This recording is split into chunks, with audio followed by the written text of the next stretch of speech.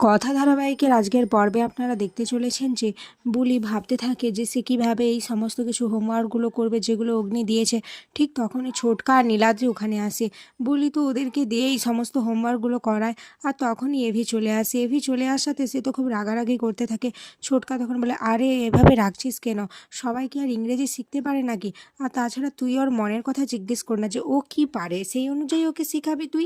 বুলি তখন বলে, আমি কসমেটিক্সের ব্যবসা করতে চাই। তখন ঋতু বলে, গোবরডাঙ্গাতে রয়েছে এরকম ট্রেনিং সেন্টার। এটা শুনে সবাই বলে, ঠিক আছে তাহলে গোবরডাঙ্গাতে যেও ট্রেনিং নেবে, তারপরে পড়াশোনা করবে। বুলির সাথে ঋতু আসে গোবরডাঙ্গায়।